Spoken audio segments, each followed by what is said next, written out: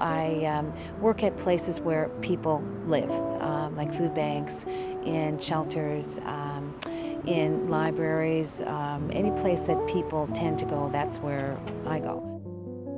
You're actually at the grassroots level. You're working with the people and trying to make even a small difference. The rhetoric now is that we need to move to the community. We need to have more community supports. We need to, be seen, be visible, and so on and so forth. But the funds are not there to do that, nor does there seem to be the will to have other clinicians move in that direction. So my thoughts are is that many of our clinicians are institutionalized themselves. They're having a difficult time in understanding that to meet the needs of the community, you have to be in the community, not in your office, right? So do they appreciate it? I'm not sure that they do. I guess my best days are when I work at the food bank, because when I go there, I know that you're going to be welcomed by the community, by the volunteers. I mean, they are just their arms are wide open for any kind of support. It's an eye-opener because you see people where they live.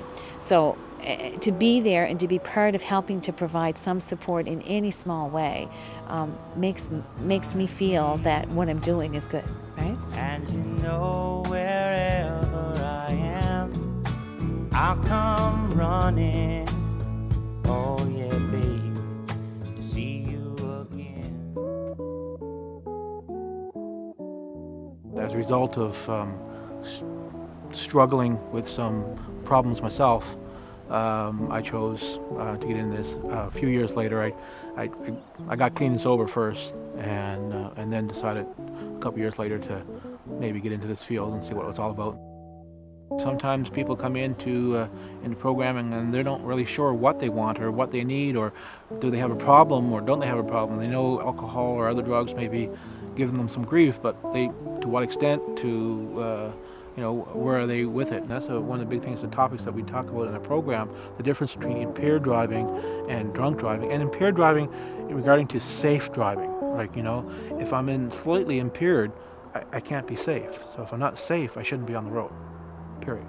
I feel this program does work. And the reason why I say that, I have seen folks during the program have some real big ahas. And what I mean by ahas in regards to where their life is going, what they're doing with their life. If you don't have the passion about being there and you're just standing up and, Charlie Brown's teacher, wah, wah, wah, wah, wah, I mean, it's pointless. My personal opinion about this is, if you're a good talker and good listener, you can make a pretty good counselor. Now all you got to do is call, and I'll be there, yeah, yeah, yeah. You've got a friend.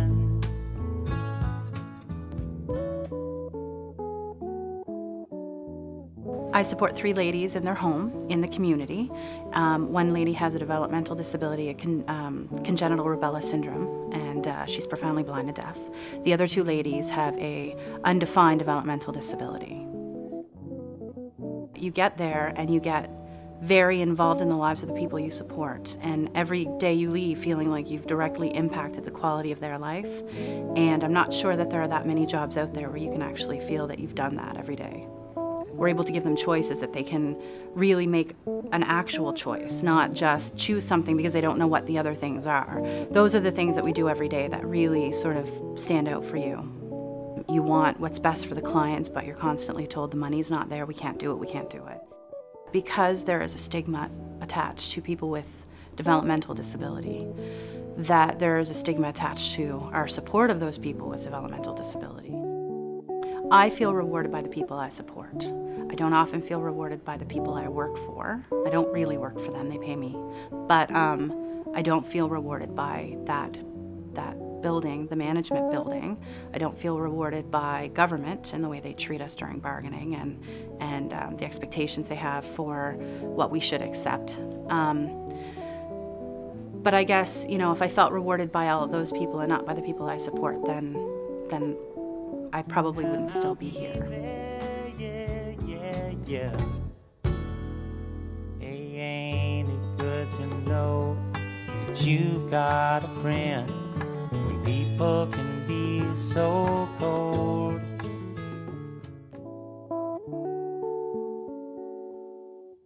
not only do I work within institutions, but I also work in the community. About half of my time is spent doing counseling. The other half of my time is spent doing community programming, like education programs for parents. I just feel like I connect with young people, get them to open up to me, talk to me about their problems. Sometimes difficult working with families simply because of the fact that you're working with kids that have identified problems of their own, and parents that aren't necessarily, they're having a hard time with themselves, so they're having a difficulty with you being kind of, you know, in the middle of that, where it's a parent-child relationship.